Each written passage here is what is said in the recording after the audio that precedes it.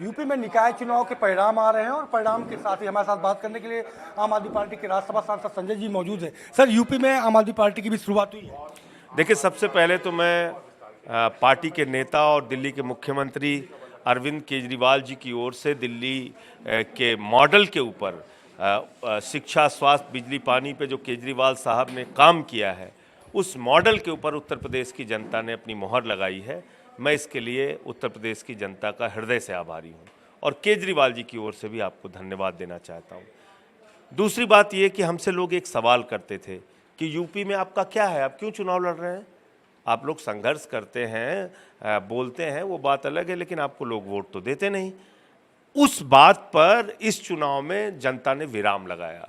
Symbol पे चुनाव हुआ, ये झाड़ू के सिंबल पर, और झाड़ू के सिंबल पर लगभग 10 चेयरमैन हमारे जीतने जा रहे हैं। रामपुर सबसे बड़ा उदाहरण है, जहां पे लगभग 4 लाख वोट है और वहां 12-13 हज़ार वोटों से हमारी प्रत्याशी जीती। केमरी में हमारी प्रत्याशी 6,000 वोट से जीती।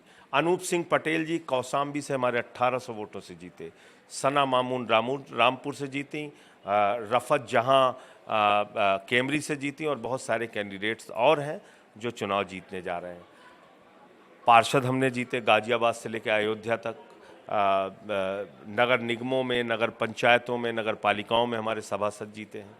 तो मैं समझता हूं कि ये एक शुरुआत की है उत्तर प्रदेश की जनता ने कि नहीं, हमको बदलाव चाहिए, हमको केजरीवाल साहब का मॉडल चाहिए, हमको अब जाति धर्म के राजनीति से बाहर निकलना है। अब आगे की जिम्मेदारी हम लोगों की बनती है।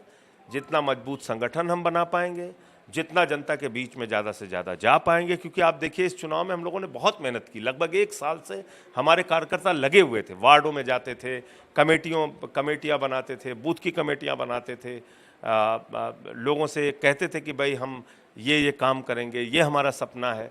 तो उसकी बातों पर, हमारी बातों पर लोगों ने विश्वास किया और मैं समझता हूँ कि एक बदलाव की राजनीति की यहाँ से शुरुआत हुई है।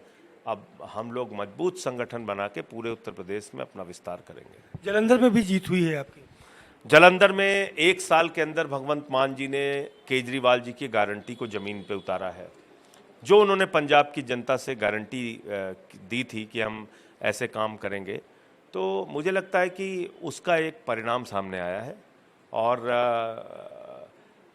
फ्री बिजली का मॉडल, मोहल्ला क्लिनिक का मॉडल, रोजगार देने का मॉडल, ये सारा कुछ काम भगवंत मान जी ने 1 साल के अंदर किया।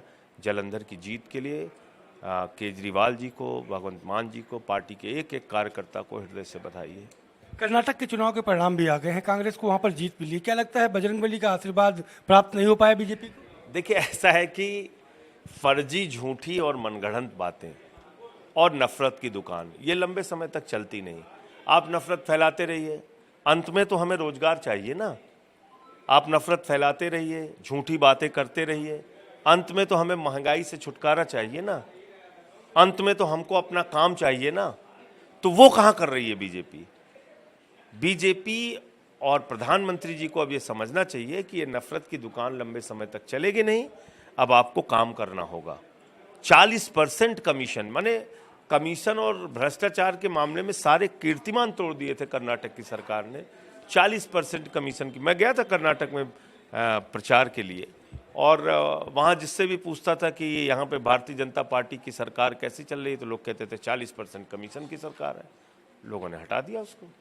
ये लोकतंत्र है, जनता मालिक है। इस बात को प्रधानमंत्री जी को समझना चाहिए।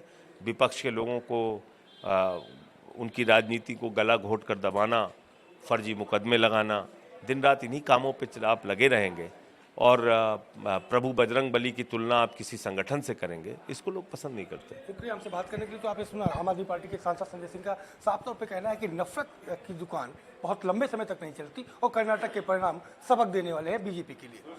कैमरा पर्सन आशुतोष शुक्ल के साथ संजय चौहान, भारत समाचार, लखनऊ।